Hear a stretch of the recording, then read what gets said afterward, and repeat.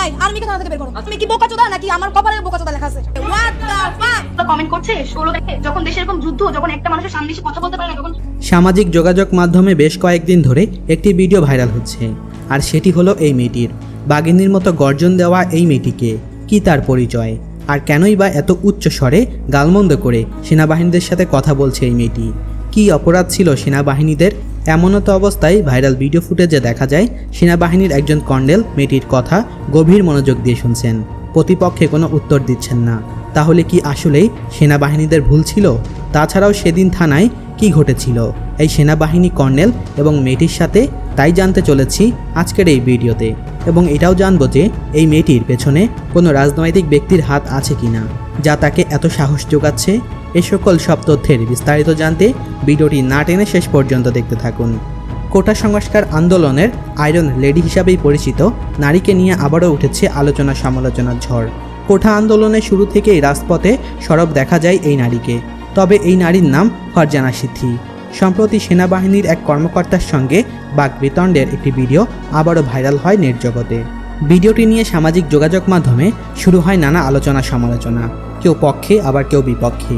নেটিজেনরা ওই তরুণীকে দোষারোপ করে ফেসবুকে কমেন্ট করেছেন, অনেকেই তার ভিডিও বা ছবি পোস্ট করে নিন্দা জানাচ্ছেন। তবে এখন জানার দরকার কী কারণে এই ফারজানা সিথি একজন উচ্চপদস্থ কর্মকর্তা কর্নেলের সাথে এমন বাকবিতণ্ডে জড়িয়ে পড়ল।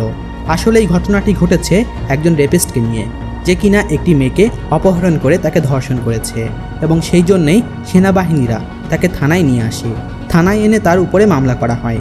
কিন্তু এই আইনের কার্যক্রম ছাত্র সমাজ এবং এই মেয়েটির পছন্দ হয়নি।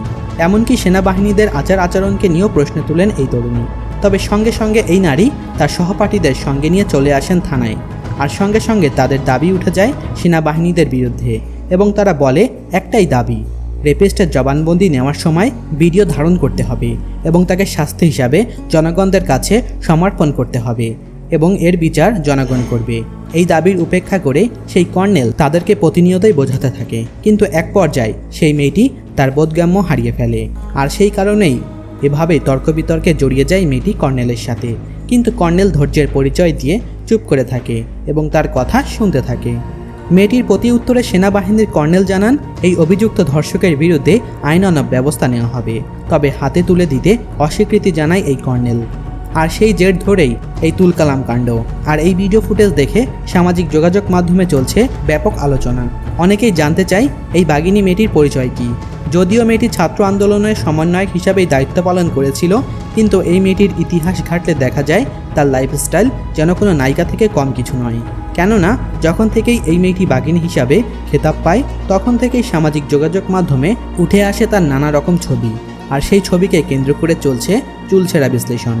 সমালোচনার তোপের মুখে শেষ পর্যন্ত ক্ষমা চায় ফারজানা সিথি নামের ওই মেয়েটি। আমি তার জন্য খুবই দুঃখিত, বাংলাদেশ আর্মির কাছে আমি খুবই দুঃখিত। এরকম ব্যবহার বা এরকম ব্যাপার আমার কোনোভাবেই করা উচিত হয়নি, কিন্তু সিচুয়েশন, টাইমিং। যদিও সেদিন খুব রাফ ব্যবহার করেছিল সেনাবাহিনীদের সাথে, আর সেই ভুল বুঝতে পেরেই এই মেয়েটি নিজের ফেসবুক পেজে এসে লাইভে বলে যে আমার ভুল হয়েছে, আমার সেদিন সেরকম ব্যবহার করা উচিত ছিল না সেনাবাহিনীদের কাছ থেকে। এভাবেই ভাইরাল হওয়া ভিডিওতে সেনা কর্মকর্তার পেশাদারিত্ব এবং ধৈর্যের পরিচয় দেওয়ার সেনাবাহিনীর প্রতি মানুষের আরও আস্থা, বিশ্বাস, নির্ভরতা ও ভালোবাসা জন্ম দিয়েছে। সেই জন্যই সেনাবাহিনীর প্রধান ওয়াকারুজ্জামান তার প্রশংসা করেছেন এবং তাকে পুরস্কৃত করেছেন।